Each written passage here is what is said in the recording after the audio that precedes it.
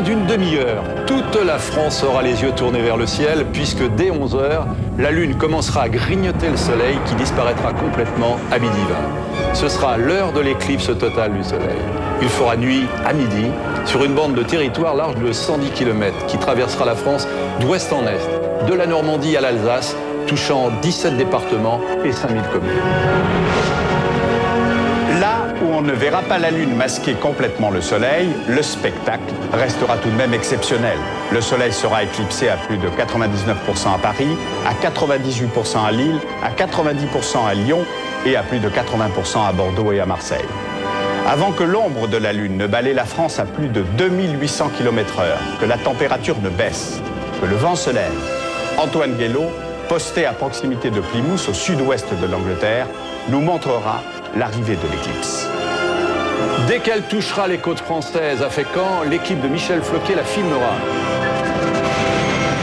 En même temps, 3 Mirage 2000 de l'armée de l'air, décollant de la base militaire d'Évreux, se feront rattraper par l'ombre portée de la Lune pour nous délivrer les images un peu plus tard, et quelles que soient les conditions météorologiques.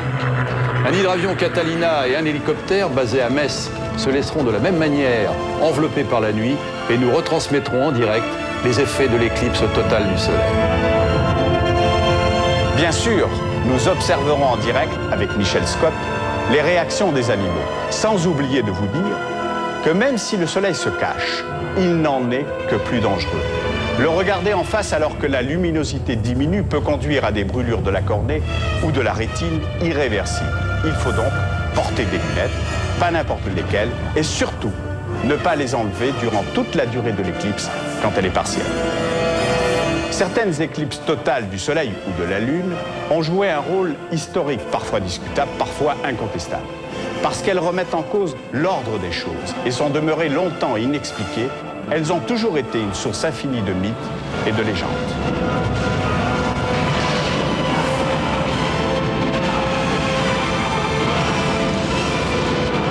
Aujourd'hui, pour cette ultime éclipse totale du siècle, l'occasion sera donnée une dernière fois de percer les secrets de l'astre roi, le Soleil. Les éclipses totales sont l'occasion d'en savoir plus.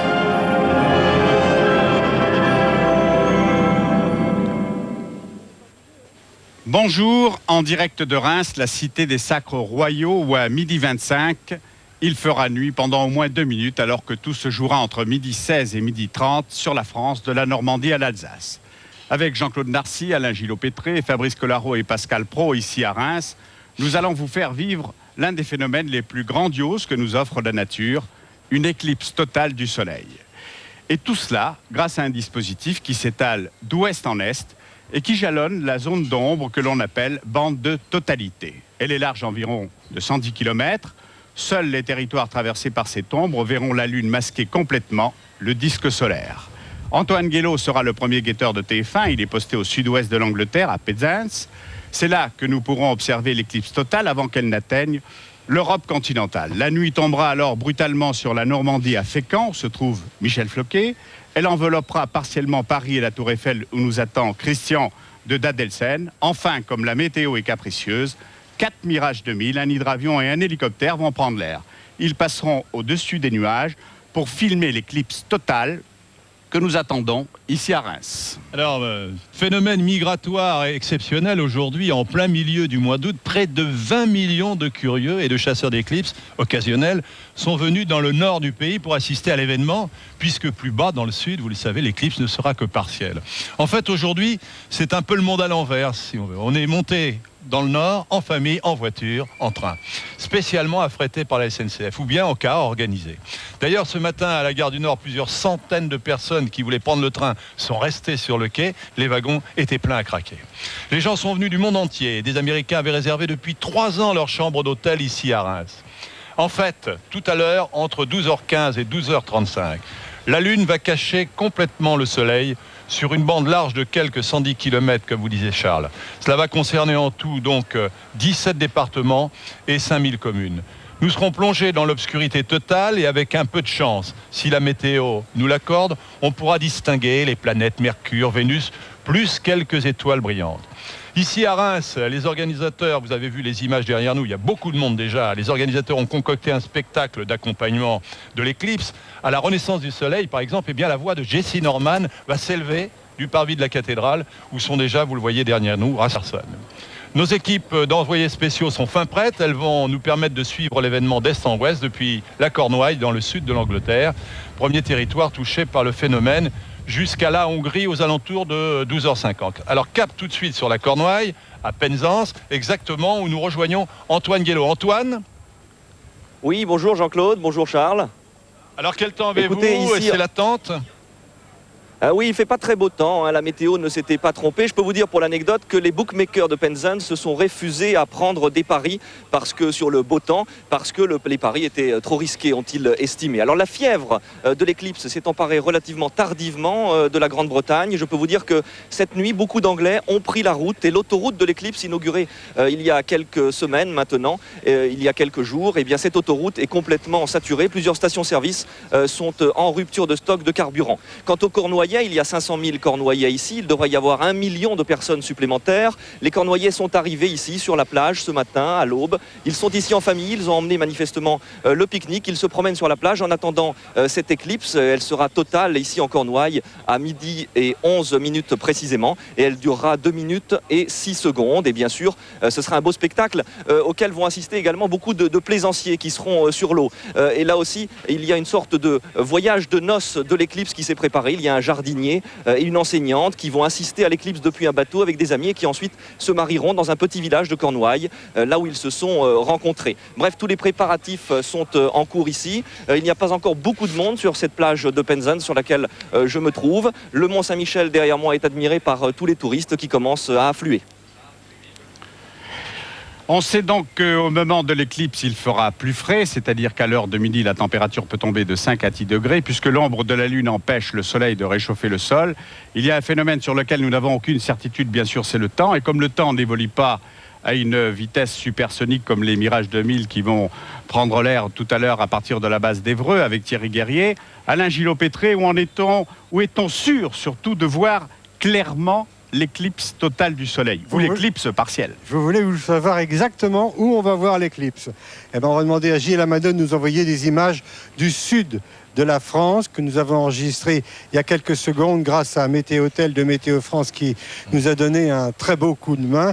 Voilà le sud de la France. Vous constatez que sur le sud-est, vous n'aurez aucun problème pour voir l'éclipse. Sur le sud-ouest, il y a un peu de brume, un peu d'altocumulus, un peu de nuages, mais tout cela va se dissiper relativement vite parce qu'il est encore tôt dans la matinée. N'oubliez pas que nous sommes 2 heures en avance sur le soleil. Vous voyez aussi qu'il y a dans la région du Berry un trou noir. Tout ce qui est blanc, évidemment, c'est des nuages. Tout ce qui est noir, c'est des éclaircies. Maintenant, nous allons aller au plus important. Oui, c'est-à-dire le nord, parce que là, jusqu'à présent, sud-est, sud-ouest, ça n'est pas une surprise, il fera beau. Oui. Ce sera une éclipse partielle. Oui, annulaire. Assez importante, annulaire. Annulaire. Attention, encore plus avec des lunettes, parce que là, il y aura encore plus de soleil. On le verra tout à l'heure avec le docteur Ali Segal. Évidemment. Donc, le nord. Alors, le nord, c'est un peu plus compliqué. De totalité. Alors, c'est exactement ce que disait Météo France hier. Le plus mauvais, c'est pour la Bretagne. La Bretagne, si vous voulez, sur cette image, essayez de vous repérer. La Bretagne est à gauche de l'image. Et vous voyez un gros paquet blanc qui est en train de percuter la Bretagne. Et là, effectivement, c'est raté. Vous avez, ça c'est la deuxième région qui soit vraiment problématique, c'est le nord-est. C'est le rond que je vous faisais voir hier soir au journal de 20h. C'est le centre de la dépression d'altitude qui génère encore beaucoup de nuages. En revanche, comme prévu par Météo France, regardez bien du côté du Pas-de-Calais, du côté de la Grande-Bretagne, du côté de Londres, vous avez une grande tache noire. Et cette tache noire descend vers la France. Ce qui fait que le Pas-de-Calais est bien dégagé en ce moment. Et si vous voyez bien, vous pouvez relier de la Manche du sud du Cotentin jusqu'à la Bourgogne, vous voyez une traînée noire qui va faire sa jonction avec la traînée noire qui part du Pas-de-Calais et qui va jusqu'à la Normandie, où ce ne sera pas trop mauvais. En revanche, pour Fécamp, j'ai quelques problèmes, quelques doutes. Météo France a quelques doutes parce que des nuages sont en train d'arriver. Ce sont des éclaircies qui progressivement, comme prévu, s'approchent du nord-est. Et je pense que d'ici 2 heures, à Reims, ce sera, comme on disait hier soir, 50-50 et peut-être mieux que cela. Maintenant, patience, patience, patience. Tout cela évolue très vite. Tout cela évolue en fonction de la chaleur que va distiller le soleil à l'avant du système et à l'après le système nuageux.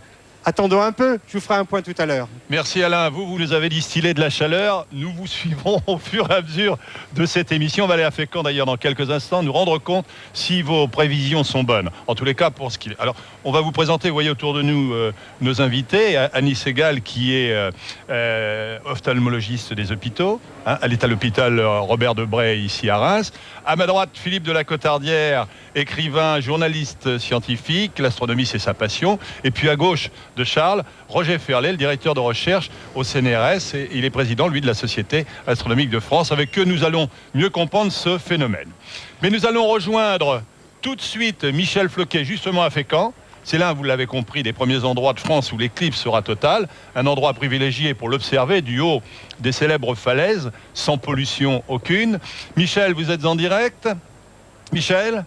Oui, absolument. J'imagine qu'il y a beaucoup de monde autour de vous. J'imagine qu'il y a beaucoup de monde autour de vous, puisque j'ai lu les dernières dépêches et ce matin, il y avait beaucoup d'encombrement à l'entrée de Fécamp.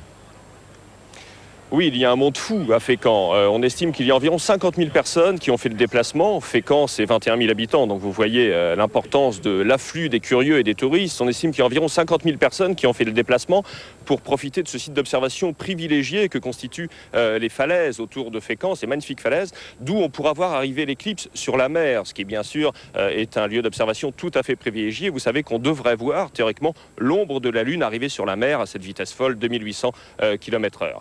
Alors, cela dit, il y a 50 000 curieux, il y a aussi 900 astronomes qui ont planté leurs télescopes un peu partout autour de nous, sur les falaises. Pour l'instant, la météo n'est pas extraordinaire à Fécamp, il faut bien le dire. Il y a des nuages assez menaçants au-dessus de nos têtes. Ça ne devrait pas trop gêner l'observation de l'ombre de la Lune sur la mer. En revanche, pour l'éclipse elle-même, eh bien, il nous faut attendre et espérer qu'il fera beau. Il serait dommage que le spectacle soit gâché parce que j'ai à côté de moi Frédéric Bredin. Frédéric Bredin, Fécamp a vraiment joué la carte de l'éclipse à fond et depuis longtemps. Oui, d'abord on est un peu plus optimiste. En tous les cas, on commence à percevoir le ciel bleu, donc on verra, on espère beaucoup, mais c'est vrai que Fécamp a misé sur l'éclipse de façon extraordinaire. Pour nous, c'est un événement unique, évidemment, exceptionnel et majeur, parce que Fécamp va être la première ville de France à accueillir l'éclipse et qu'on a là un site naturel entre le front de mer et les falaises tout à fait extraordinaire pour voir l'ombre arriver et courir sur la mer, engloutir la terre. Donc on a vraiment misé sur l'éclipse. Dites-nous comment vous avez été alerté de l'importance de l'éclipse. Par une anecdote assez amusante, ce sont des Américains qui ont appelé la mairie et la maison du tourisme il y a plus de 3 ans pour réserver des terrains pour pouvoir camper et venir voir l'éclipse. Et puis comme on a un petit club d'astronomes amateurs, ils nous ont eux aussi très vite alertés sur l'intérêt que pouvait représenter l'éclipse pour Fécamp. Ils nous ont expliqué ce que c'était qu'une éclipse et à quel point Fécamp était bien placé. Et c'est grâce à eux, franchement, qu'on a pu s'organiser très tôt. Et donc, c'est depuis plus d'1 an qu'on travaille, nous, sur l'éclipse. D'accord, merci. Donc l'éclipse ici sera totale à 12h18, mais le premier contact, ce que les astronomes appellent le premier contact, c'est-à-dire le moment où la Lune commence à grignoter le Soleil, c'est à 11h02, donc dans une demi-heure maintenant à peu près, depuis les falaises de Fécamp. Merci Michel Floquet, à tout de suite, à bientôt. Comme nous n'avions aucune certitude sur le temps et que le soleil noir pouvait se retrouver derrière un écran de nuages, nous avons pris la précaution de passer par-dessus, en tout cas d'essayer de passer par-dessus, et c'est l'armée de l'air qui nous y aide en nous faisant en quelque sorte la courte échelle. Grâce à 4 Mirage 2000, ils décolleront de la base militaire d'Évreux où se trouve Thierry Guerrier. Thierry ? Oui, eh bien, Charles, nous sommes ici en effet sur la base aérienne militaire 105 d'Évreux Paré avec les pilotes et les mécanos des 2 escadrons de chasse de Cambrai et Nancy et leur Mirage 2000 pour essayer en effet de passer au-dessus des nuages et de vous restituer en quelque sorte une petite parcelle de cette magie de l'ombre géante de l'astre lunaire sur la Terre. Alors, 4 Mirage 2000, 2 en secours et 2 qui vont décoller en effet avec sur ma gauche un Mirage 2000D d'attaque au sol qui est basé lui d'habitude à Nancy et qui a participé, ainsi que celui qui est à ma droite, aux opérations du Kosovo, pilote et avion, il y a quelques semaines. Et puis donc Mirage 2000. C de chasse qui est ici sur ma droite, qui est un Mirage donc lui basé à Cambrai. Nous allons rejoindre immédiatement le pilote de Jean-Claude Lédin de TF1, le caméraman de TF1 qui est dans cet avion, celui que j'approche maintenant, et nous allons rejoindre donc le lieutenant-colonel Jean-Paul Clapier. Bonjour mon colonel, vous étiez, je le disais, il y a quelques semaines encore au Kosovo, mission différente évidemment, mais est-ce que vous pouvez nous dire un petit peu, l'objectif étant de passer au-dessus de la couche nuageuse, vers où allez-vous aujourd'hui? Quel va être le plan de vol? Bien, aujourd'hui, nous allons décoller à 11h35 et nous rendre en moyenne altitude, entre 5000 mètres et 10 000 mètres, vers Fécamp, pour observer donc l'éclipse totale qui aura lieu à cet endroit-là vers 12h19. Et à l'issue, quand nous aurons réussi nos plans, nous rentrerons immédiatement pour vous faire bénéficier des plans. Alors ça nous ramène vers quelle heure ici, à peu près au sol? Je pense qu'à 12h30, nous serons ici à cet emplacement. Bon, alors voilà pour le pari. Pour vous, c'est quand même pas évident parce que c'est pas un vol de nuit vraiment. Les difficultés particulières pour un vol pareil? Les difficultés particulières eh bien, sont liées au positionnement correct de notre avion par rapport à l'avion que nous allons filmer, de façon à avoir des images correctes. Et ensuite l'environnement, parce qu'on sait déjà qu'il y a beaucoup d'avions, légers ou lourds, dans la zone de l'éclipse totale. Et qu'en plus, nous évoluons à proximité des aéroports parisiens sur lesquels il y a de nombreuses arrivées et départs. Oui, alors sécurité, et puis sécurité aussi pour vous personnellement, parce qu'en effet, vous nous disiez que vous ne verriez pas l'éclipse. Pourquoi? Vous n'avez pas les bonnes lunettes, hein? Eh bien, parce que je ne peux pas voler tout simplement avec les lunettes prévues à cet effet. Voilà, alors retour, on dit à peu près vers 12h30. Maintenant, je me tourne vers Jean-Claude Lédin qui se trouve dans ce biplace Mirage 2000D vers l'arrière. Jean-Claude, l'image elle-même, c'est pas gagné d'avance de récupérer. D'abord, qu'est-ce que vous allez essayer de voir et de filmer? L'intérêt surtout d'utiliser l'avion, c'est de pouvoir, quelles que soient les conditions météo, d'avoir la quasi-assurance de pouvoir observer l'éclipse. Quelle que soit la hauteur des nuages, cet avion permet de monter à 15 000 mètres et les nuages plafonnent généralement à 10 000. Et le deuxième intérêt, c'est de pouvoir observer cette ombre, si elle existe, cette ombre qui se déplace sur le sol à peu près 3000 km/h. Voilà, alors Jean-Claude, évidemment, grâce à Joël, notre chef de production, l'ensemble des équipes est équipé de ces lunettes pour regarder d'ici. C'est Michel Michou, il y a des trouées de temps en temps dans les nuages, tout de même l'éclipse. Oui, mais vous allez monter au-dessus, il n'y a pas de problème. Bien entendu, c'est en avion qu'on a le plus de chances de mieux observer le phénomène. C'est d'ailleurs pourquoi quelques personnes, disons, fortunées, ont affrété les 3 Concorde. Cela ne représente en tout que 300 privilégiés. Ils ont dû payer quand même quelques 12 500 francs pour prendre place dans le Concorde. Et puis dans les avions des compagnies aériennes, on a distribué des lunettes. Les places près des hublots, bien entendu, ont été les plus convoitées. Alors en plus des mirages, pour mieux suivre l'événement dans sa totalité, nous allons avoir recours cette fois-ci à un hydravion, le célèbre Catalina, celui-là même qui participe à la surveillance des côtes américaines. C'est l'avion d'observation idéal, vous le connaissez bien d'ailleurs, puisque c'est celui dont se sert Nicolas Hulot pour Ushuaïa ou encore Okavango. Vous allez voir que ce Catalina est très bien équipé pour la situation présente. Emmanuel Ossian, qui se trouve sur la base de Reims, va nous expliquer la manip. Emmanuel? Alors nous sommes même dans le Catalina et nous avons commencé la phase de décollage. C'est la raison pour laquelle nous sommes encore au-dessous de la couche de nuages, mais d'ici quelques minutes, nous serons, nous, parmi ces privilégiés qui verront le spectacle de dessus les nuages. Donc le Catalina, vous le savez, est un avion qui a 65 ans d'âge. Nous l'avons truffé de caméras. Vous pouvez voir par cette caméra à l'extérieur que nous allons observer sous tous les angles cette éclipse au-dessus des nuages, puisque pour l'instant la couche ne semble pas vouloir s'en aller. Nous allons voler à une vitesse très lente, aux alentours de 110 nœuds, c'est-à-dire 200 km/h. C'est l'avion le plus lent du monde, mais comme le fait remarquer son propriétaire, c'est aussi le bateau le plus rapide du monde, puisque le Catalina, vous l'avez dit, est un hydravion. Et nous allons donc, nous, en quelque sorte, flotter au-dessus de la couche de nuages, comme un vaisseau des airs, en essayant de vous faire vivre ce que certains, malheureusement, ne pourront pas voir d'en bas. Merci Emmanuel. Là, on ne verra pas la Lune masquer complètement le Soleil. Le spectacle restera tout de même exceptionnel. Je vous l'ai dit tout à l'heure avec Alain Gillot-Pétré. Le Soleil sera éclipsé à 98% à Lille, 90% à Lyon, à plus de 80% à Bordeaux et à Marseille, et à Paris à 99,4%. C'est dire que l'éclipse sera à peine partielle. Et pour l'observer, nous avons choisi avec Christian de Dadelsen le Trocadéro au pied de la Tour Eiffel. Eh bien, ici, nous sommes bien placés, effectivement, mais pour l'instant, pas besoin de lunettes pour l'instant, puisque il fait plutôt gris, le ciel est plutôt gris. Alors pourquoi est-ce que nous sommes bien placés? D'abord parce que nous sommes en hauteur. Et vous savez que quand on est en hauteur, le spectacle est plus beau, parce que lorsque l'éclipse se produit, l'ombre, au lieu d'arriver au ras du sol, arrive comme un rideau de pluie. Ensuite, nous sommes bien placés parce que nous avons derrière nous, ici, la Tour Eiffel, et que la Tour Eiffel va s'éclairer, car elle est équipée d'un système automatique d'éclairage, au cas où, dès qu'il y a de la pénombre, en fait, ce système est fait, vous l'avez compris, pour la nuit, et donc devrait fonctionner comme si l'on était en pleine nuit. Alors ici, il y a quand même du monde. C'est vrai que l'éclipse ne sera qu'à 99% et quelques, mais on devrait, si le ciel s'éclaircit un peu, voir quand même assez bien. Et il commence à y avoir beaucoup de monde parce que les Parisiens ont entendu dire que sur les routes, il y avait des bouchons. D'ailleurs, pour la raison qu'on vient de dire, puisque c'est vers Senlis, au nord de Paris, qu'on verra le mieux l'éclipse, et c'est vers l'ouest, du côté de Rouen. Donc déjà beaucoup de monde. J'ai d'ailleurs, madame, s'il vous plaît, pourquoi est-ce que vous êtes venue tôt, j'ai remarqué? Oui, je suis revenue tôt parce que j'étais seule à la maison, puis je voulais participer avec du monde. Pour ne pas rester seule, je voulais voir ça en souvenir avec tout le monde, quoi. Vous êtes une Parisienne, donc? Devant vous. Madame, Avec ce petit jeune homme. Ah, mais venez, madame. Voilà. Avec plaisir, alors. Avec ce petit jeune homme. Pourquoi est-ce que vous êtes venue? Moi, je suis venue pour différentes raisons. D'abord, j'habite à côté. Ensuite, figurez-vous que ça m'intéressait. Voilà. Alors, j'ai trouvé ce petit jeune homme. Oui. Moi, je voulais pas rater l'éclipse, donc je suis venue. Voilà. Et qui verra celle de 2081. Christian. Je vous remercie beaucoup. Écoutez, on vous rend l'antenne. Oui.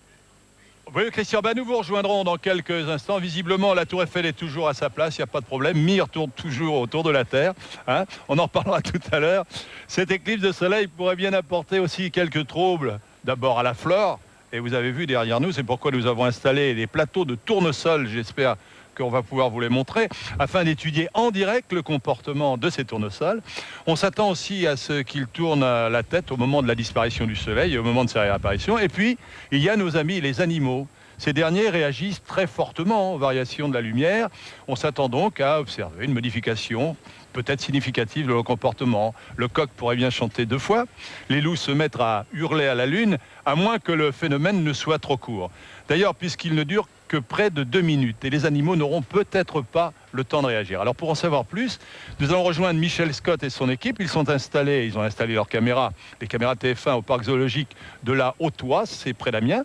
Michel est en compagnie d'ailleurs du célèbre docteur Michel Quin, le Dactari national. Michel ? Absolument, Jean-Claude.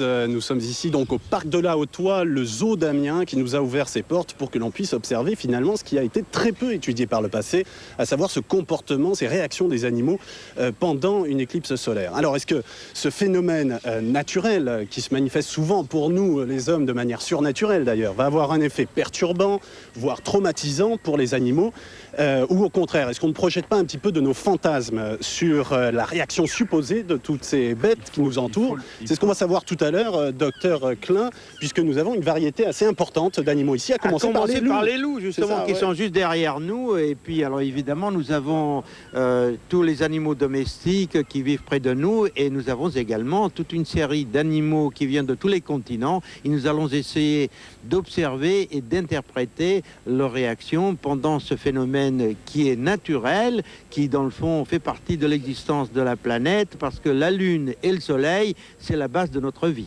Et là, c'est l'incertitude totale, hein, docteur. C'est l'incertitude, on ne sait pas du tout comment cela va se passer, autant pour nous que pour la météo et pour les animaux, comment vont-ils réagir? Nous allons essayer de vous le dire.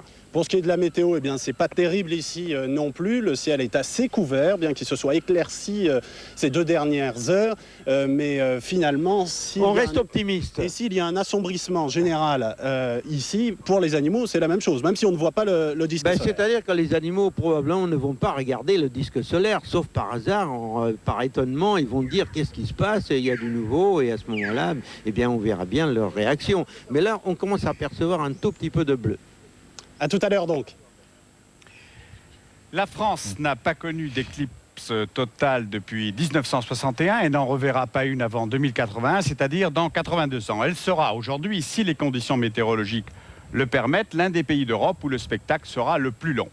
Mais avant d'y assister, voyons avec Fabrice Collaro pourquoi et comment la Lune va réussir tout à l'heure, 2 minutes durant, du Canada à l'Inde, en passant par l'Alsace, à masquer le Soleil qui est 400 fois plus gros qu'elle.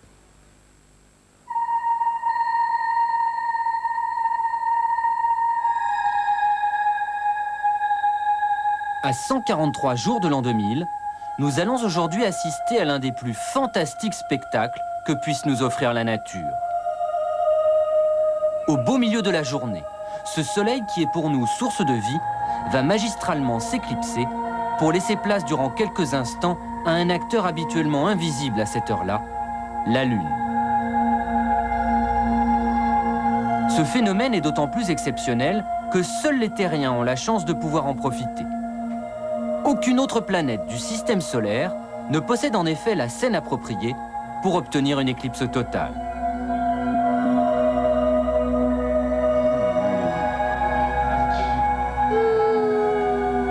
Et pour les spectateurs présents au rendez-vous, impossible de rester indifférent. La chorégraphie est si bien orchestrée que l'émotion vous gagne progressivement jusqu'à ce que l'on ne sache plus s'il faut en rire ou en pleurer. Vous voyez fondre sur vous une ombre qui fait 100 km de large et qui arrive sur vous à 2800 km à l'heure. Donc si vous êtes sur un petit monticule, pour la peine d'être au sommet d'une montagne, un petit monticule, il faut regarder dans la direction de l'ouest. Oui, cette ombre arrivée sur vous, c'est impressionnant, c'est d'une dimension qui dépasse l'homme. Bon, je ne connais aucun metteur en scène, ni de cinéma, ni de théâtre, qui m'ait jamais fait un spectacle semblable. Donc déjà ça, c'est émouvant. La température, elle baisse de 5 degrés, brutalement. D'ordinaire, quand il y a une baisse de température, il s'écoule quelques heures d'un moment à l'autre. La nuit, elle tombe d'un coup. Quand on passe du jour à la nuit ou de la nuit au jour, en général, il y a un petit peu de temps. Il y a ce qu'on appelle l'aube, le crépuscule, ça met un petit peu de temps. Là, c'est brutal. En une seconde, il fait nuit.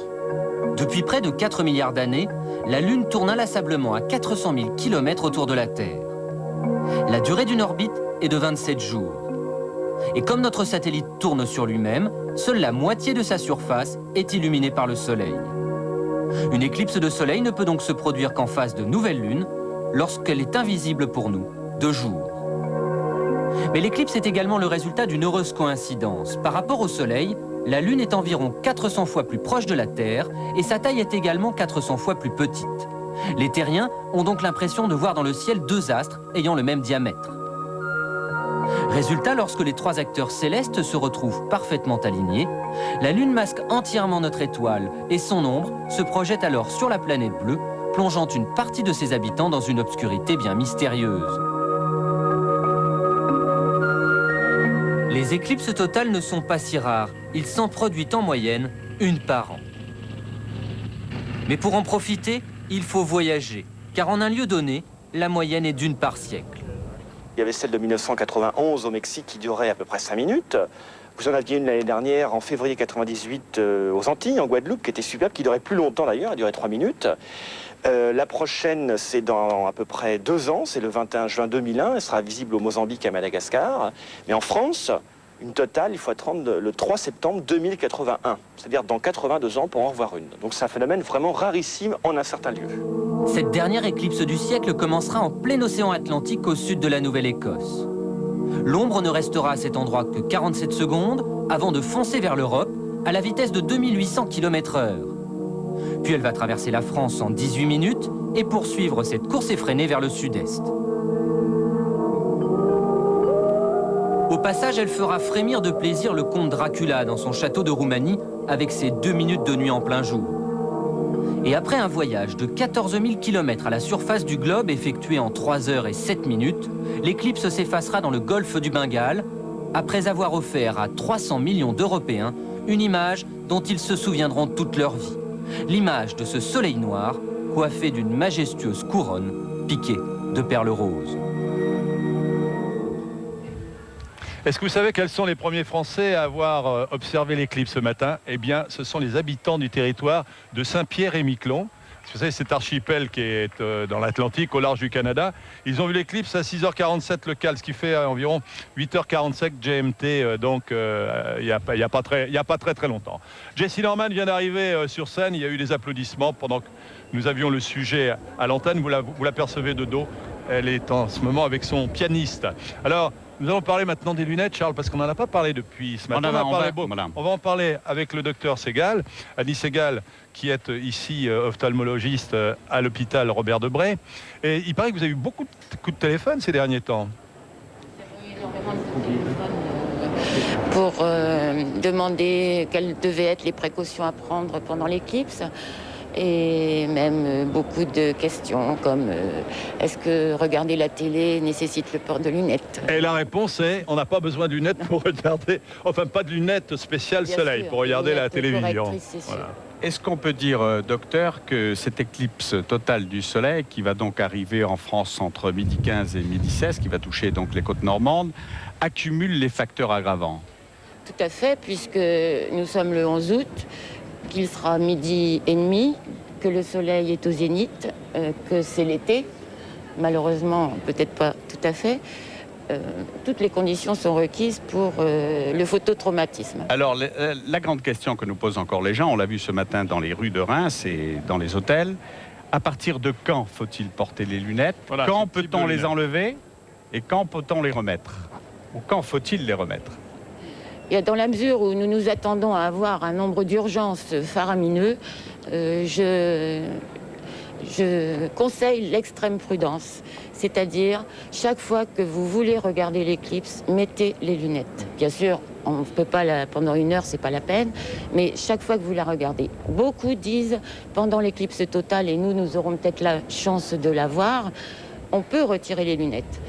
Moi, je pense que il paraît qu'on ne voit rien avec les lunettes. Donc, retirez-les 10 secondes, 20 secondes, mais surtout... Oui, mais il faut faire attention. Il faut faire attention parce qu'il y a des enfants qui risquent de les retirer au mauvais moment. Alors, surveillez vos enfants. Quelles sont les personnes qui sont les plus fragilisées? Ce sont les malades des yeux? Ce sont les personnes qui présentent déjà une dégénérescence maculaire, donc qui ont la rétine centrale atteinte. C'est-à-dire les myopes? Non, certains myopes forts, mais pas forcément les myopes. Non, les personnes âgées. Les gens qui ont été opérés de cataracte et qui ont des implants. L'implant filtre quand même moins les radiations UV et infrarouges que le cristallin normal. Alors vous dites et surtout les enfants. Que la précaution ultime, c'est de ne jamais retirer les lunettes. Même au moment de l'éclipse totale, c'est-à-dire au moment où la Lune va masquer complètement le disque solaire. Il paraît qu'on ne voit rien avec les lunettes. Alors, surtout, il faut les remettre avant que le soleil ne réapparaisse. Et c'est d'autant plus vrai pour l'éclipse partielle. Là, il faut les mettre au moment où l'éclipse commence, jusqu'au bout. Jusqu'au bout. Qu'est-ce que vous avez dit ce matin à vos malades à l'hôpital? Je leur ai dit... Dommage parce que j'ai fait beaucoup de fonds d'œil, c'est-à-dire qu'on a dilaté les pupilles de beaucoup de personnes. Et quand la pupille est dilatée, on a plus de risques d'avoir une atteinte rétinienne. Mais je pense qu'à midi, la pupille sera devenue normale. Nous avons eu la chance de leur fournir des lunettes. Donc les patients... Vous leur avez pas dit restez au lit. Non, j'ai dit vous pouvez regarder. Ils peuvent aller voir. Est-ce que la difficulté, je crois que c'est que on ne ressent rien, hein, c'est pas douloureux, donc on ne ressent pas de mal. C'est tout à fait indolore, et ça va survenir dans les heures qui suivront l'observation de l'éclipse. Alors qu'est-ce qui se passe? Il reste après, hein, on a le soleil pour la fin de séjour dans la rétine? On a une espèce de halo, de scotome, c'est-à-dire... C'est comme un cache, quoi, un peu. Un cache sur ce qu'on fixe. Ou alors on peut aussi... avoir une baisse d'acuité visuelle plus ou moins importante et quelquefois définitive. Merci docteur. Nous reviendrons tout à l'heure sur le sujet avec Fabrice Collaro qui nous attend avec toute une série de lunettes parce qu'il y a de bonnes lunettes, il y a de moins bonnes lunettes. Pour l'instant, en tout cas, nous allons vous quitter quelques instants, mais nous allons revenir avec Antoine Guélaud, notamment dans le sud-ouest de l'Angleterre, puisque le premier contact a déjà commencé, c'est-à-dire la première morsure du soleil par la Lune. A tout de suite. Pas encore. Pas encore.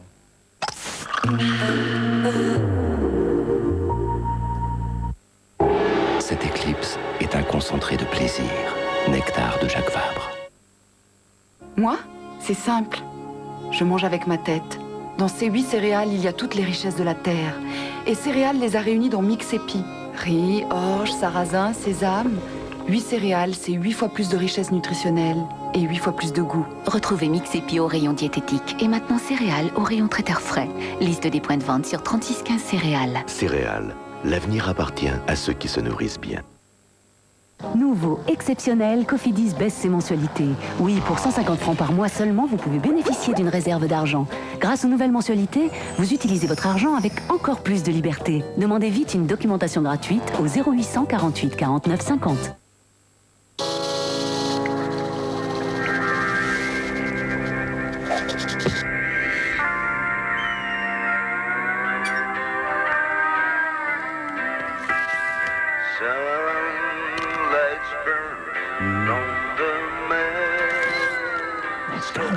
Cold? Home wear a hat. Too hot out here. Yep. En ce moment, dans les boîtes de bar glacé Mars, il y a pour 20 kilos d'or à gagner. LFM présente Otis Redding, The Very Best Of.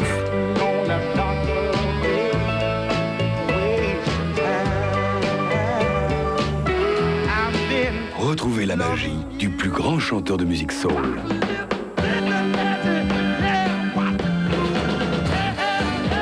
Les 27 plus grandes chansons d'Otis Redding sur un seul CD. The Very Best Of Otis Redding. Respect.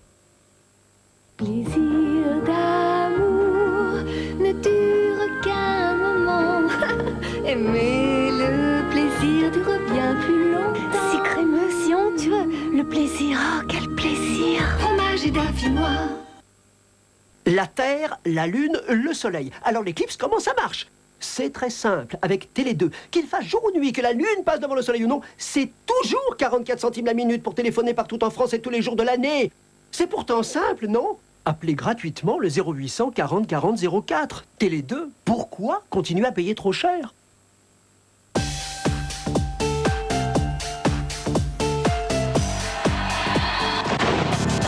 En ce moment, dans ton café, avec Jenny, si t'es chaud, tu gagnes un week-end pour deux à Ibiza. Pour le savoir, va dans ton café, commande un Jenny et retourne-moi.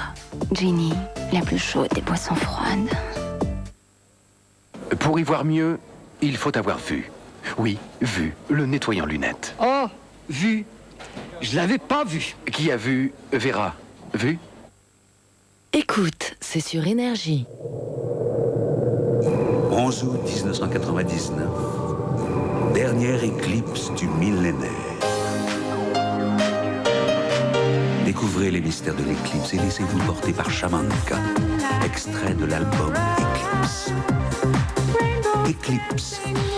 L'album officiel à prix exceptionnel. Inclut le CD-ROM extrait de l'encyclopédie Hachette Multimédia. Pour tout savoir sur l'univers.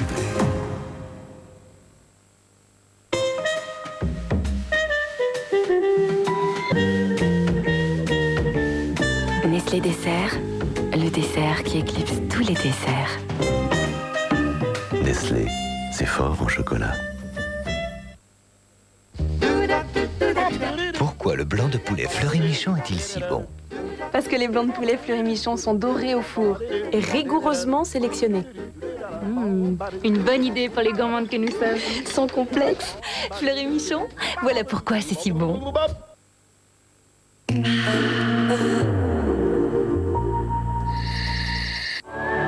L'éclipse sur TF1 avec Claire Fontaine.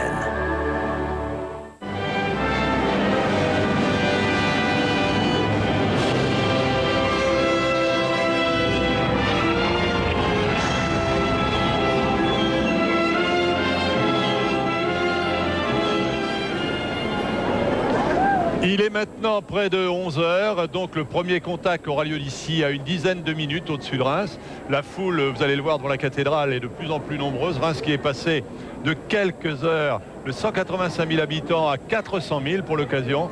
Foule massée donc devant la cathédrale, cette cathédrale du XIIIe siècle que connaissent tous les écoliers de France, puisqu'on leur a appris que c'est ici que fut baptisé Clovis, le roi des Francs, par Rémy, l'évêque de Reims. Et pendant plus de 1000 ans, eh bien, 33 rois de France sont venus pour leur sacre. L'un des plus célèbres fut celui de Charles VII, conduit ici à l'hôtel par Jeanne d'Arc. La cathédrale qui subit d'ailleurs, vous allez le voir, malheureusement les épreuves du temps et de la pollution. Sa façade est en mauvais état. Mais retrouvez l'éclipse en demandant en direct tout de suite Emmanuel Ostian dans son Catalina. Est-ce que vous êtes prêt à voir le premier contact, Emmanuel? Nous n'avons pas tout à fait le premier contact puisque nous n'avons pas complètement passé la couche de nuages. Nous voyons le soleil d'où nous sommes. une chance et un privilège. D'ici 6 minutes, le disque lunaire va commencer à grignoter l'astre solaire. Ce sera le tout premier contact au-dessus de Reims. Et nous vous le ferons vivre avec nos 7 caméras en direct dans quelques minutes. Alors justement, dans quelques minutes aussi, premier contact avec, enfin plutôt dans plusieurs minutes, premier contact de l'éclipse totale avec les côtes françaises à Fécamp. Fécamp, Michel Floquet. Oui Charles, ici le premier contact est prévu à 11h02:31. Vous voyez comme c'est précis. Mais je vous propose de regarder tout de suite les plus privilégiés des Fécampois, ceux qui en bateau prennent la mer depuis ce matin et à un rythme soutenu depuis une demi-heure environ. Ils quittent le port de Fécamp entre ces falaises, cadre grandiose, pour aller observer depuis la mer l'éclipse et surtout l'ombre de la Lune. Alors ici la météo joue avec nos nerfs, il faut bien le dire. Il fait plutôt beau à l'horizon, mais nous avons au-dessus de la tête quelques gros nuages. Parfois ils s'en vont et on veut y croire. Parfois ils sont là et c'est beaucoup plus difficile. J'ai avec moi Yves Tréméac qui est un des astronomes amateurs de la région. Vous êtes à la fois astronome et officier de marine. Yves, que va-t-il se passer dans moins de 2 minutes maintenant Eh bien, dans moins de 2 minutes, il va se passer ce qu'on appelle le premier contact, c'est-à-dire que le bord extérieur de la Lune va commencer à grignoter le Soleil. C'est ce qu'on appelle, nous astronomes, le premier contact. Alors, vous êtes un privilégié, un chanceux, car vous avez pu déjà observer dans votre vie de marin et d'astronome une éclipse. Racontez-nous. Oui, tout à fait. J'ai eu la chance tout à fait exceptionnelle de pouvoir assister en février 98 à l'éclipse qui s'est produite aux Antilles. J'étais en escale sur mon navire et j'ai pu donc voir, c'était ma première éclipse, voir ce spectacle fabuleux. Unique au monde. Il y a une relation privilégiée entre les marins, le ciel et même entre Fécamp et l'éclipse d'ailleurs, vous me disiez. Oui, tout à fait. L'éclipse d'aujourd'hui, du 11 août 99, est très symbolique pour la ville de Fécamp, qui, comme chacun sait, était la capitale des Terre-Neuve. Et il se trouve que l'éclipse d'aujourd'hui, du 11 août 99, a commencé sur les bancs de Terre-Neuve. Alors, qu'est-ce qu'on voit lorsqu'on observe l'éclipse de la mer? Est-ce qu'on a une sensation différente de celle que les terriens que nous sommes vont avoir dans quelques instants? Ah, tout à fait. On se sent tout petit face à la nature. On assiste à un spectacle grandiose. En plus, quand on est sur l'océan, on est entouré d'un milieu qui est hostile, en fait, à l'homme.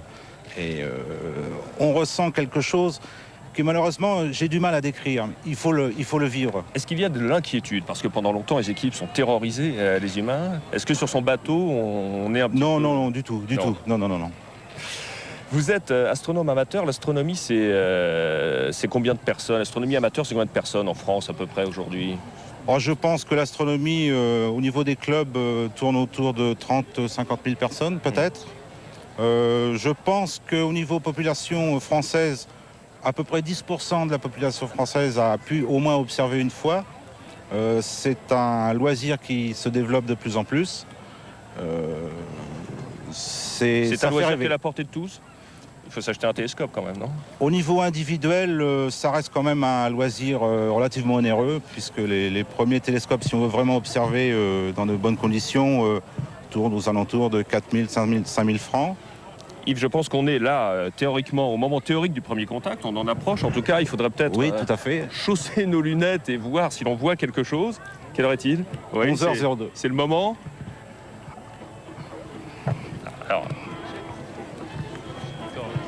Alors écoutez, malheureusement, là, je dois vous dire que nous ne voyons pas grand-chose de Fécamp. Je ne sais pas si la deuxième caméra que nous avons pointée sur le soleil peut vous montrer l'image de ce premier contact qui est bien réel, je vous l'assure. Les prévisions n'ont pas pu se tromper, il se passe en ce moment.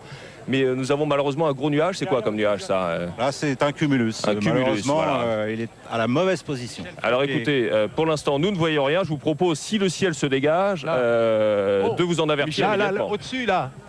Voilà, Michel Floquet, nous avons eu un premier contact, en tout cas une première apparition du soleil qui était très applaudi ici. Hein. Je crois qu'Alain Gillot-Pétré a quelques nouvelles de la météo à nous donner là. Mais tout de suite avant, quelle est la direction du vent à Fécamp, Michel Floquet? Quelle est la direction du vent? Ouest-ouest? Non, le vent vient de la mer, mais il est pratiquement nul. Donc, nous ne sommes pas très optimistes. En même temps, il y a eu de belles éclaircies tout à l'heure, une dizaine de minutes. Espérons que ça va revenir. Nous avons le temps, vous savez, l'éclipse totale, c'est 12h18. Oui. Un bon ouest-nord-ouest, ça vous ferait du bien, croyez-moi. Quand si ici, ça s'éclaircit. s'éclaircit. Pour Reims, ça s'éclaircit. Hein. Oui, ça s'éclaircit puisqu'on vient de voir le soleil il y a quelques instants. Et il y a une très belle bande de clarté qui part du sud de la Manche et qui va jusque plus loin que la Bourgogne et qui est en train de manger la perturbation par le sud et par le nord-ouest. Donc, c'est pas perdu, loin de là. Alors, Philippe de la Cotardière, nous sommes à 10 minutes maintenant, à 8 minutes du premier contact. Est-ce que c'est un moment important, ça? C'est un moment très émouvant. C'est le moment de vérité. On voit que les astronomes ne se sont pas trompés. On voit que l'éclipse, telle qu'elle a été prévue, se réalise à l'instant annoncé. C'est votre première éclipse? Non, j'ai déjà vu celle de 1961, mais à un endroit où elle n'était pas complètement totale. Et puis, j'ai vu une éclipse en 1983 en Indonésie, où il faisait très mauvais la veille. C'était le début de la saison des pluies. Il tombait des trompes d'eau la veille. Et néanmoins, le jour de l'éclipse, eh bien, on a pu observer le soleil entre les nuages. Alors, Monsieur Ferrel, il faut bien expliquer ce qu'est le premier contact. Le premier contact, ça n'est pas l'éclipse totale, bien sûr. Non, le premier contact, c'est pas l'éclipse totale. C'est comme tout objet éclairé par le soleil, la Lune a une ombre. Et cette ombre, elle avance à 2800 km/h et à un certain moment, si la configuration géométrique est bonne, l'ombre balaye la Terre. Et au moment où l'ombre va arriver, où la Lune va commencer à manger le Soleil, c'est-à-dire arriver sur le Soleil, c'est ça qu'on appelle le premier contact. Bon, alors comme ça a été dit... Comme ça a été dit, c'est un moment extraordinaire parce que ça montre que... Voilà, bon, on peut dire... Voilà, oui, nous entendons l'animateur, justement, qui est sur la tribune, annoncer ce premier contact. Ouais, il a bien de la chance de l'avoir vu, lui, parce que nous, on ne l'a pas vu pour l'instant. Hein. En tout cas, ça montre que c'est un grand succès du rationalisme. D'accord. Alors, nous allons aller peut-être avoir à Penzance, puisqu'ils sont en avance. Nous allons rejoindre en Cornouailles Antoine Guélaud. Antoine, est-ce que le premier contact a eu lieu? Est-ce que vous avez pu le voir? Est-ce qu'il pleut? Est-ce qu'il fait beau? Comment ça se passe? Eh bien, Jean-Claude, le premier contact a eu lieu. Il a eu lieu il y a quelques minutes au-dessus des îles Scilly, en Cornouailles. Mais malheureusement, ici, contrairement à Fécamp, ni lunettes, ni applaudissements comme à Reims, parce que c'est un petit peu la panique. Il pleut à verse. Et j'ai à mes côtés une citoyenne britannique qui était venue assister à l'éclipse. Alors, Irène, c'est vrai qu'il fait souvent mauvais en Grande-Bretagne, mais est-ce que vous n'êtes pas un peu déçue? Il faut avouer que oui, parce que demain il fera beau. Hier il a fait beau et aujourd'hui, juste sur le moment, c'est terrible, c'est dommage. Mais je crois qu'on est optimiste, on reste optimiste et ça peut changer parce que au moment de l'éclipse, souvent le temps change subitement. Bon, on a un petit espoir alors. On a encore, espérons, oui. Il n'y a pas eu d'éclipse mania comme en France, en Grande-Bretagne. Comment vous l'expliquez?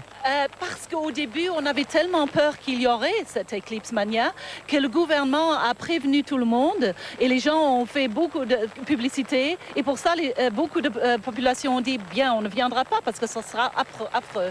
Alors maintenant il n'y a presque pas assez de monde. Les gens qui ont espéré de gagner beaucoup d'argent ici sont un peu déçus parce qu'ils n'ont pas vendu. Il y a même des festivals qui ont dû être parce qu'il n'y a pas assez de monde. Qu'est-ce que vous attendez de cette éclipse? Moi-même, une chose peut-être spirituelle, un peu d'émotion des gens, une chose qui n'est que vivable une fois dans la vie, quelque chose qu'on pensera dans 30 ans. Moi, j'ai vu ça. Voilà, beaucoup de spiritualité dans cette terre. Il y a quelques problèmes de liaison, Charles, mais on a vu le premier contact grâce aux images de la BBC tout à l'heure, en Grande-Bretagne, en Cornouailles. On va peut-être demander à Pascal Pro... Oui, puisqu'on a vu le premier rayon de soleil ici à Reims. Pascal est dans la foule, lui. Oui, Pascal, oui, Jean-Claude. Vous êtes à côté de nous, vous n'êtes pas loin? Oui, et il y a effectivement de plus en plus de monde à venir ici sur le parvis. On attend à peu près 300 000 personnes et beaucoup de gens comme Antoine qui sont venus spécialement pour voir cette éclipse. Vous venez d'où et vous êtes parti quand? Alors, je viens d'Avignon, je suis parti hier à 18h. Et je suis arrivé ce matin aux environs de 7 heures. Donc vous avez roulé toute la nuit? J'ai roulé toute la nuit sans problème. Et vous allez repartir juste après l'éclipse? Non, on va rester sur Reims, on va en profiter Pascal, pour Pascal. Oui. Pascal, levez le nez au ciel. Oui, bah écoutez, je le Pascal, levez le nez au ciel, vous allez le voir, le soleil, il est là. Voilà. Écoutez la foule. C'est vrai, on le voit ici, Charles. On aperçoit vraiment là. C'est formidable, c'est la première fois, j'espère que les caméras de Gilles Amado, parce que c'est vraiment entre deux nuages. On ne voit que le soleil. Hein. On ne voit que le soleil pour l'instant. Je vous rappelle que même derrière les nuages, et à plus forte raison comme bon. des éclaircies. Et évidemment, le commentateur qui est juché sur la tribune devant la cathédrale, lui commente pour la foule. On va retourner avec Pascal Pro. Oui, Charles. Dans la foule de Reims. Pascal. Oui, il y a donc. Est-ce que vous pouvez interroger justement les enfants que vous avez devant vous? Voilà, tout à fait. Avec Marine qui vient de Marseille. Est-ce que tu as peur de l'éclipse et du moment d'obscurité? Non. Et au contraire, pour toi, est-ce que tu penses que ça va être un grand moment d'émotion? Oui. Oui, également pour ton petit frère? Oui. Alors, je vous avais fait la version courte avec Avignon et Marseille. Voici la version longue avec des Français venus de très loin, puisque vous arrivez d'où? Nous venons de Tahiti. Et vous êtes venus spécialement aussi pour voir cette éclipse? Nous avons organisé tout notre voyage pour venir voir l'éclipse à Reims et écouter Jesse Norman. Parce qu'à côté de vous, il y a Patrick, votre fils, qui est étudiant. Il y a également David. Patrick, qu'est-ce que ça représente pour vous, cette éclipse? Je ne sais pas si c'est quelque chose à voir dans sa vie au moins une fois, une éclipse totale. À part ça, pas grand-chose. Et le fait qu'il y ait beaucoup de nuages en ce moment sur Reims, c'est quelque chose qui vous contrarie? Oui, beaucoup. Mais on l'a vu 2 secondes quand même, le soleil. Et puis les prévisions pour tout à l'heure sont bonnes. Merci à tous et on va se retrouver dans le public tout à l'heure, Charles. Le soleil va donc se cacher, or il n'en est que plus dangereux. On l'a vu tout à l'heure avec le docteur Annie Segal. Il faut savoir que l'éclipse, qu'elle soit totale ou partielle, cumulera les facteurs aggravants. Cela aussi, on l'a dit. Avec Fabrice Collaro, je vous propose maintenant de passer tout de suite en revue ce qu'il faut faire exactement, ce qu'il faut prendre comme précaution et surtout ce qu'il ne faut pas faire. Fabrice. Oui Charles, moi j'ai l'habitude de dire des lunettes sinon rien. Alors des lunettes, il en existe plusieurs sortes, sous forme de binocle, des lunettes classiques bien évidemment, ou bien sous forme de disque comme cela. Tout ceci fonctionne parfaitement. L'important, le plus important, c'est que ces lunettes soient marquées CE. Elles doivent être agréées par la communauté européenne. Et ça, c'est très important. Alors, vous pouvez toujours vérifier leur bon fonctionnement en vous plaçant devant un halogène et en fixant le halogène avec ces lunettes. Vous ne devez voir que le filament et rien d'autre. Sinon, il vaut mieux vous en procurer de meilleures. Alors, des lunettes, il en existe 2 sortes. Des sortes comme ceci, argentées. Et puis, il en existe une autre sorte, toute noire. Alors ce sont 2 matières différentes qui ont des propriétés assez différentes. La première, c'est du mylar, c'est ce qu'on appelle du mylar, c'est cet aspect argenté comme ceci. Alors ça a une bonne protection au niveau des infrarouges, par contre ça donne une petite couleur bleutée au soleil et c'est pour cela que l'on préfère souvent le polymère noir. Hein, c'est complètement opaque, c'est entièrement noir. Celui-ci protège un tout petit peu moins bien en infrarouge, ça n'est pas très conséquent pour l'œil. Par contre, il garde la couleur orangée du soleil. Voilà, merci Fabrice. Alain Gillot-Pétré, il joue à Seran, ne vois-tu rien venir là? Est-ce que vous... Oui, parce que avant un gros nuage qui va arriver là et qui va passer, on a entrevu tout à l'heure le soleil et là je voudrais pas le louper parce que vous nous prévenez, vous ne le ratez pas, mais vous nous prévenez surtout et les caméras de Gilles Amado qu'on puisse le faire voir à la France entière. Ah oui, mais j'ai les yeux fixés là au-dessus avec les lunettes qu'il faut évidemment toujours. Allez, avec les lunettes. Alors Philippe, vous avez vu, vous êtes tombé dedans tout petit, je crois. Hein. Je crois que c'était à l'école déjà. Oui, c'est une passion que j'ai depuis l'enfance. J'ai eu la chance de vivre à la campagne et à la campagne, on vit un petit peu avec le ciel. Alors, on vient de parler de lunettes et de protection, n'est-ce pas? Ce qu'il faut faire, c'est ce que nous avons dit. Bon, est-ce que vous pensez que tout le monde a pris les précautions au moment où il fallait? C'est-à-dire, il y a plusieurs mois ou il y a plusieurs années, il fallait se préoccuper de ça, non? Oui, je pense que les sociétés d'astronomie ont fait leur travail, mais je regrette que les pouvoirs publics se soient préoccupés du problème peut-être un peu tardivement. Et on voit aujourd'hui ce problème des lunettes. Alors Philippe de la Cotardière, on a vu tout à l'heure avec Fabrice Collaro ce qu'il fallait faire, mais nous n'avons pas encore vu ce qu'il ne fallait surtout pas faire, Fabrice. Oui, on entend beaucoup beaucoup de rumeurs pour remplacer les lunettes. Alors ça va du verre fumé qu'utilisaient nos ancêtres, du verre fumé par une bougie. Ça, il ne faut absolument pas le faire, ça n'est pas continu, ça n'est pas vraiment opaque. Il faudrait que ça soit une couche vraiment homogène, ne vous y risquez pas. Et puis, il y a d'autres rumeurs, le disque laser, cela ne protège pas vos yeux, n'utilisez pas de disque laser. Il y a les pellicules photos, ou bien des diapos, on dit même qu'en mettant plusieurs diapos l'une sur l'autre, cela pourrait fonctionner. Il ne faut surtout pas le faire. Reste la radiographie. Alors il y a la radiographie des poumons ou la radiographie du nounours, tout cela ne fonctionnera pas. Il ne faut surtout pas utiliser de radiographie. Et puis un dernier petit truc peut-être de remplacement, le masque de soudeur. Le masque de soudeur peut être utilisé, mais il en existe plusieurs sortes. Donc si vous utilisez un masque de soudeur, il faut absolument qu'il soit de grade 14, la protection de grade 14, voilà. Merci Fabrice. Pour les anciens, le soleil est un dieu. Pour nous, c'est une simple étoile, une source d'énergie, de chaleur, de lumière et de vie qui comporte encore quelques mystères et non des moindres.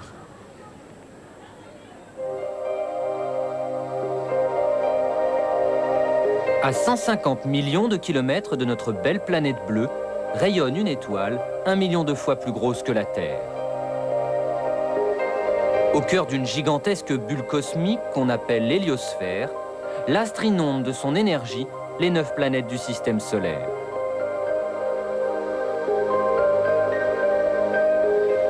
Les hommes ont toujours vénéré le Soleil comme un dieu, et pour cause. Sans cette chaudière nucléaire qui nous apporte lumière et chaleur, aucune vie ne serait possible. D'où l'importance de mieux le connaître.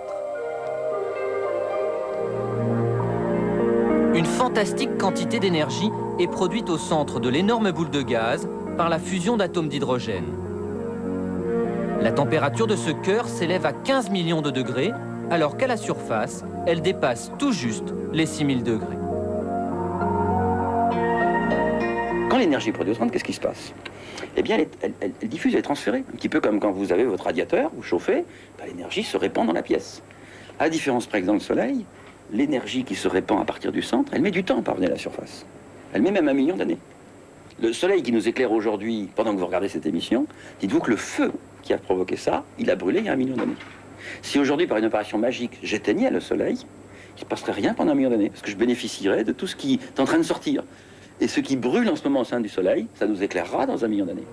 Du fait de ces réactions thermonucléaires, le Soleil est loin d'être une sphère parfaite. Il vibre, résonne et se déforme en permanence. Des courants électriques de plusieurs milliards d'ampères le traversent de toutes parts et des flux de particules sont expulsés de cette atmosphère orageuse et filent dans l'espace à la vitesse sidérale de 2 millions de kilomètres à l'heure. Ces bouffées de vent solaire peuvent atteindre la Terre, mais celle-ci est heureusement protégée par un énorme champ magnétique. Il arrive cependant qu'une partie de ces particules électriques réussissent à s'infiltrer jusqu'au niveau des pôles de notre planète. Elles dessinent alors dans le ciel ces magnifiques aurores boréales qui ont toujours fasciné les hommes. L'activité du Soleil est cyclique, avec des périodes de grand calme qui alternent avec d'intenses agitations. Et c'est l'observation des éclipses qui permet aux scientifiques de le comprendre. Avec l'invention de la lunette chez Galilée, on s'est rendu compte que le disque solaire n'était pas immaculé, qu'il y avait des taches.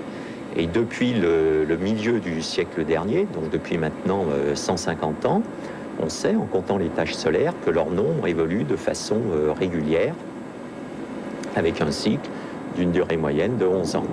À cause de l'atmosphère terrestre, ces observations depuis le sol ont leurs limites. Heureusement, il y a maintenant SOHO. Ce petit satellite européen a été placé en orbite autour du Soleil, à un endroit où s'équilibrent les champs magnétiques des 2 corps célestes. 24 heures sur 24, il ausculte le Soleil sous toutes les coutures, une mission d'autant plus délicate qu'il lui faut résister à l'agression des flux de plasma. Mais avec SOHO, c'est désormais une autre vision du Soleil qui s'offre à nous. En utilisant différentes longueurs d'onde, on peut par exemple capter les détails de la surface agitée, y voir des tourbillons ou encore des arcs de gaz qui montent à 50 000 km d'altitude. À bord de SOHO, un instrument baptisé coronographe permet aussi de créer artificiellement des éclipses en occultant tout simplement le disque solaire avec un cache noir. Et cette fois, c'est la banlieue du Soleil qui nous est révélée. On peut y voir des comètes se précipiter dans la boule de feu. Mais les scientifiques voudraient surtout en savoir un peu plus sur ces gigantesques éruptions solaires. Chacune d'entre elles développe une énergie équivalente à 1 milliard de bombaches. Si demain on veut se promener entre les planètes, si on envoie des sondes se promener entre les planètes, je ne vous conseille pas de voyager quand le Soleil est en éruption. Sinon, c'est pire que d'être placé près du cœur de Tchernobyl quand il explose. Vous allez recevoir des particules d'énergie, donc vous allez très vite mourir d'un cancer. Donc c'est très dangereux même pour les... Donc on a intérêt à savoir quand ces éruptions vont avoir lieu. Oui, malgré les progrès fulgurants effectués ces dernières années, il y a encore beaucoup à apprendre sur la météorologie du Soleil. Car ces turbulences ont certainement une influence sur nos propres changements climatiques, influence qui de nos jours reste encore bien mystérieuse.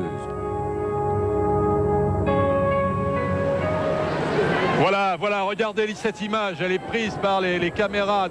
Regardez cette première image, ce premier contact. C'est vous pouvez voir, c'est le premier reçu. Hein. Ça alors, c'est vraiment un moment. Bravo. À 30 km d'ici, il y a des éclaircies pleines. Eh bien, les éclaircies vont arriver vers nous. On va peut-être appeler Thierry. On va passer alors. Regardez le premier contact. On va revoir celui de la BBC d'il y a quelques instants. Là, vous êtes toujours à Reims, mais on va nous envoyer les images de la BBC. Le premier contact à Penzance, le voilà. C'est le premier contact anglais, en quelque sorte. Oui, on a perçu celui de Reims tout à l'heure, mais celui-ci, premier contact, c'est à Penzance, ce premier contact anglais. C'est assez impressionnant, ça mord déjà pas mal. Hein. Ça mord vite au début. C'est plus que le premier contact, parce oui, que là, c'est une morsure déjà beaucoup plus large du Soleil par la Lune. Dans l'hémisphère nord, le Soleil est attaqué par le bord droit. Alors on va peut-être appeler la base militaire d'Évreux, Thierry Guerrier. Thierry. Oui, Jean-Claude, vous m'entendez là, Jean-Claude? Oui.